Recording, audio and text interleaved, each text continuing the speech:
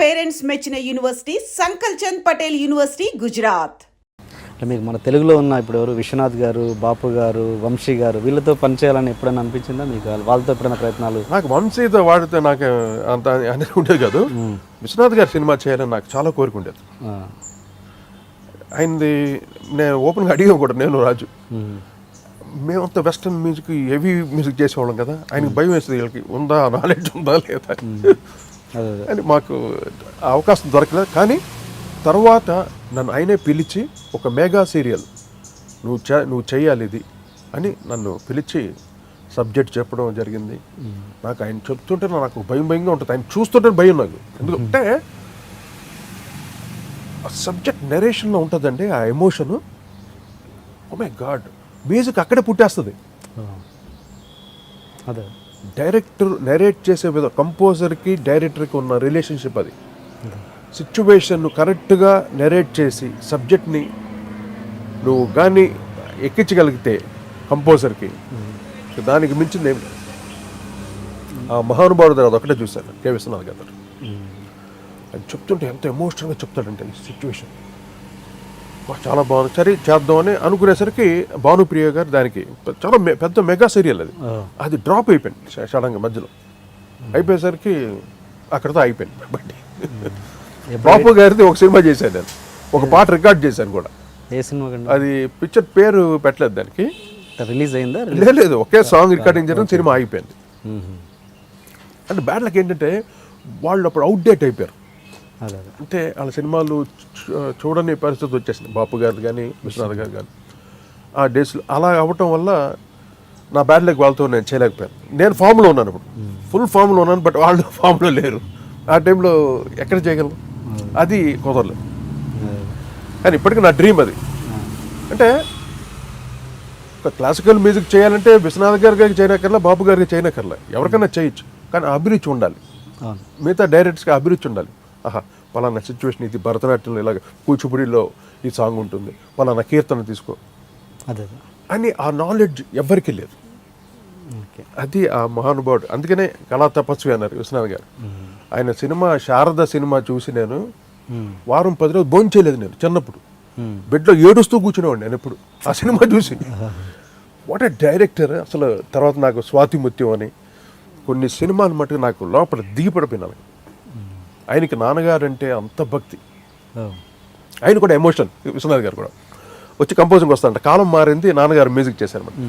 Composer కూర్చొని ఆయన first tune అంటే ఆ సినిమాకి తగ్గ ట్యూన్ చేయమంటారంట. ఫస్ట్ చల్లగాలిలో పాడమంటారంట.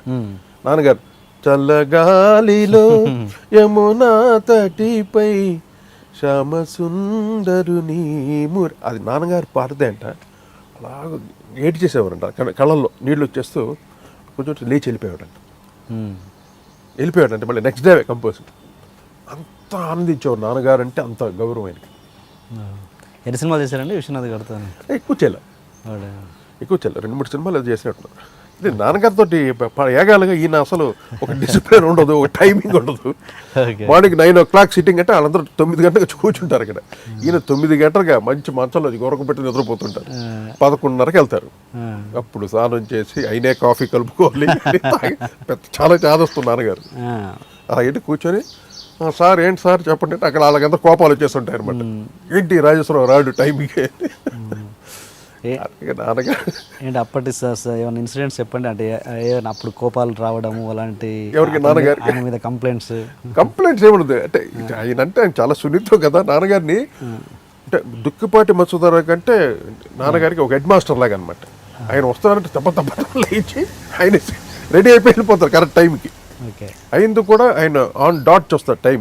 నేను రాజేశ్వరరావు ఏంటి టైం చెప్పిన టైమింగ్ మెయింటైన్ చేయను అని ఆయన తిట్టేవారు. లేదు సార్ ఇంట్లో ఏదో చెప్పి. కానీ ఎంత అభిమానం ఆయనకు కూడా. నాన్నగారు అంటే ఒక బిడ్డలా చూసుకునేవాడు, ఒక చంటి బిడ్డని ఇలా చూసుకోలేదు. నాన్నగారికి ఆయన కల్మషం లేదు పాపం. వాళ్ళకి ఎంత మ్యూజిక్ తప్పితే వేరే ఏం తెలిసేది కాదు. ఆ ముక్కుపొడ వేసుకోవడం మ్యూజిక్ అంటే, ఆ ముక్కుపొడతో మొత్తం చొక్కా అయిపోయి ఉంటుంది. ఆ చొక్కా అయినట్టు కూడా ఆయన తెలియదు. అంటే అంత. మీరేంటి నాన్నగారిని అంత ఇమిటేట్ చేస్తుంటారు? ఏదో సరదాగా అందరూ అంటే ఆయన ఒక ఆ రోజులో నాకు అంతగా తెలిసేది కాదు. తర్వాత ఇప్పుడు జనరేషన్ అంతా ఎంజాయ్ చేస్తున్నారు కదా అని ఆయన యొక్క యాటిట్యూడ్ ఎంత మాతో ఎంత చక్కగా ఉండేవారు, చాలా ఫ్రీగా ఉండేవారు. అసలు మా ఫ్రెండ్స్ లాగా మేము ఇంట్లో. ఏమిటో ఇది సార్ కోటి గారు, వాసురావు గారు, పూర్ణచంద్రరావు గారు, ఇలాగే అందరినీ గారు అని పిలిచేవారు మమ్మల్ని. Okay sir. ఇంతమంది వంశీ గారి పేరు చెప్తా అన్నారు, ఏంటి కదా చేదు ఎక్స్పీరియన్స్ ఉందా ఎంత? అంటే వంశీ నేను గిటారిస్ట్గా చక్రవర్తి గారు పనిచేసినప్పుడు తను మమ్మల్ని అసోసియేట్గా ఉండేవాడు పూర్ణోదయ ప్రొడక్షన్స్లో అంతా. తర్వాత తను డైరెక్టర్ అయిన తర్వాత నేను మ్యూజిక్ అయిన నా దగ్గర రాలేదు. అంటే ఇళయరాజాకి స్టిక్ ఆన్ అయిపోయాడు అక్కడ. ఇళయరాజా అదా కోపం మీకు? కోపం ఏముంది, వాడు అడిగాను ఒకసారి, ఎరా పెట్టుకుని వాడికి ఇస్తావా మ్యూజిక్, గిటార్ పెట్టేవాడికి? లేదు అది లేదు అక్కడ. అంటే కొంతమందికి ఇంట్రెస్ట్ కదా అంతే. అంటే కొంతమంది భయం వేస్తుంది, వీడేంటి మనం చెప్పింది చేస్తాడా, ఓకే మనం ఏదైనా ఐడియా చెప్తే వింటాడా.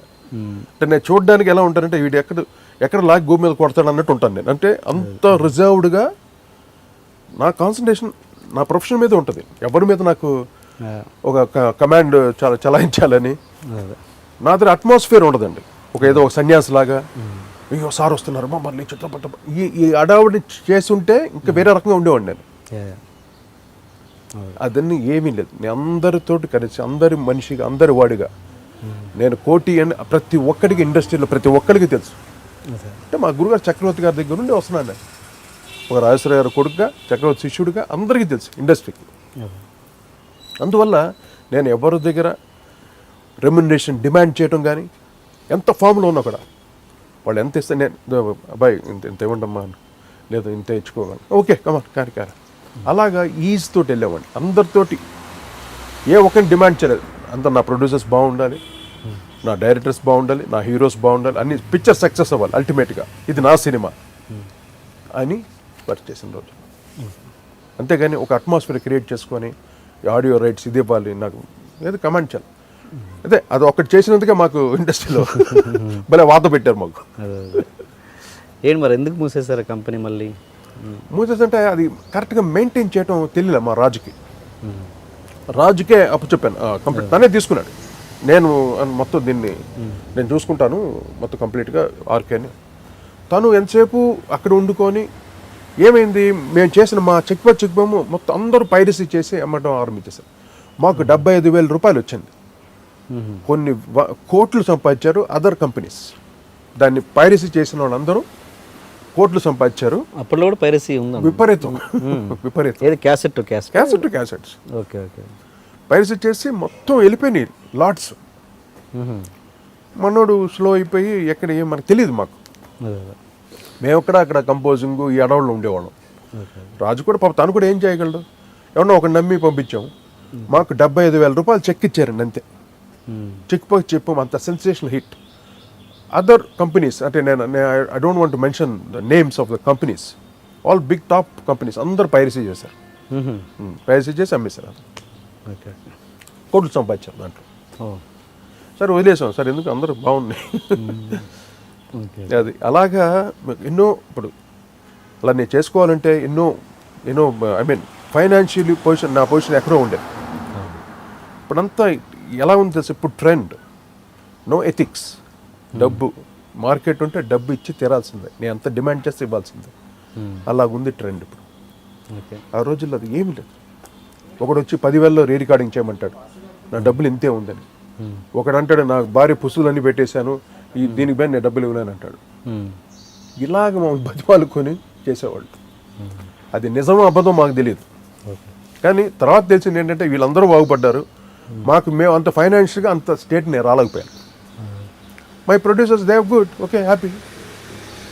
ఎప్పుడు ప్రతి సినిమాకి ఇది బడ్జెట్, ఇది ఇంతే, ఆ సినిమాలో పోయింది, ఈ సినిమాలో పోయింది అని మమ్మల్ని రిక్వెస్ట్ చేయటం, కానీ అడిగిన డబ్బు ఇచ్చిన ఒక ప్రొడ్యూసర్ ఇంతవరకు నేను చేసిన సినిమాల్లో ఒక లేడు. అంటే ఇప్పుడు పెద్ద సినిమాలు అన్నిటికీ పెద్ద చిన్న మీకు కొన్ని చెప్తే ఇన్సిడెంట్లు. అసలు ఎముడికి మోడికి మా రెమ్యునరేషన్ 12,000 రూపాయలండి ఆ రోజుల్లో. 12,000 రూపీస్ అంత సూపర్ డూపర్ హిట్ కదా. ఖైదీ నెంబర్ 786కి మా రెమ్యునరేషన్ ఎంత, 13,500 ఎంత. మేము వీ నెవర్ డిమాండ్ డబ్బులు. మాకేంటి సేపు మ్యూజిక్ చేయాలి, హిట్ చేయాలి, ఆర్కెస్ట్రా ఇలా అది యూస్ చేయాలి, ఇది యూస్ చేయాలి. ఈ 13,500 అంటే అప్పుడు మరి తక్కువ, చాలా తక్కువ. చాలా తక్కువ. 25,000 అనేది మేము ఎప్పటికి వచ్చాము, చాలా ఐ మీన్ చిరంజీవి గారి ఒక 2-3 సినిమాలు అయిన తర్వాత మా 25,000 రెమ్యునరేషన్. ఏది ఇద్దరికి? అదే ఇద్దరికి. అంటే ఈ లెక్కన మీకు రికార్డింగ్ అయ్యే ఖర్చు ఎంత సార్? అప్పుడు రికార్డింగ్ మాకు సంబంధం ఉండేది కాదు, ఓహో. మా రెమ్యునరేషన్ సపరేట్, మీరు ఓన్లీ రెమ్యునరేషన్, ఆర్కెస్ట్రాకి సపరేట్ పేమెంట్ చేశారు. ఓకే. అంటే అప్పుడు ఆ లెక్కన అప్పుడు మీ టాప్ మ్యూజిక్ డైరెక్టర్ ఎవరంటారు అప్పుడు? అంటే టాప్ రెమ్యునరేషన్ తీసుకున్న వాళ్ళు అప్పట్లో ఎవరికి అంత రెమ్యునరేషన్ లేదు. అంటే ఇళయరాజాకి ఉండేది, తెలుగులో ఆయన ఎంటర్ అయిన తర్వాత. ఇళయరాజా కూడా పెద్దగా, చక్రవర్తి గారు కూడా అంత పీకులో ఉన్నప్పుడు కూడా ఆయన 1,25,000 ఇంతే రెమ్యునరేషన్. మీ టైంలో మీరు ఆయన పీక్లో ఉన్నప్పుడు చక్రవర్తి గారు కూడా 1,75,000 అంతే. That is a maximum. 2 lakhs లోపే. ఇళయరాజా 2.5 అలా తీసుకునేవాడు. అంటే అప్పట్లో సినిమా బడ్జెట్ తక్కువ మీకు టోటల్గా. ఎంత 25 లక్షలు అయిపోయేది సినిమా, 17 లక్షలు అయిపోయేది సినిమా. అదే అంటే నేను అది మీరు 12,000 13,000 తీసుకున్న టైంలో ఇళయరాజా గారి రెమ్యునరేషన్ ఎంత? అప్పుడు నేను చెప్తాను రండి. మేము ఫస్ట్ కెరీర్ కదా, అప్పుడు ఆయనకు 1.5 lakh అలా ఉంది. 1 lakh. ఓకే. తర్వాత ఆయనకు మించిపోయాం మేము రెమ్యునరేషన్. ఇంకా వచ్చి రాను కొద్దీ ఇళయరాజాని మించిపోయే లెవెల్లో రెమ్యునరేషన్ తీసుకున్నాం. అది కూడా జరిగింది. అదే అయితే టైం అండి, అంతే. Industry only success counts. And for more videos, Please subscribe to iDream. Please subscribe to iDream. Please subscribe iDream. And please subscribe to iDream. For more videos, subscribe to iDream. please like, share, and subscribe to the channel. Congratulations, iDream. Subscribe to iDream. Subscribe to iDream. So subscribe to iDream Media. iDream ki iDream team andarki huge congratulations. Please subscribe iDream Media. Please subscribe to iDream. Subscribe iDream. Please subscribe to iDream. iDream అంటే నా కళల channel subscribe చేసుకున్న నోరు తిరుగుతలేదు, మీరైతే గంట గుర్తు కొట్టండి. For more such videos, please subscribe to iDream. Subscribe to iDream. Please subscribe to iDream. Please subscribe iDream Media. Please do subscribe to iDream. Please subscribe to iDream Media. For best entertainment and information, please subscribe iDream. And don't forget to subscribe to iDream.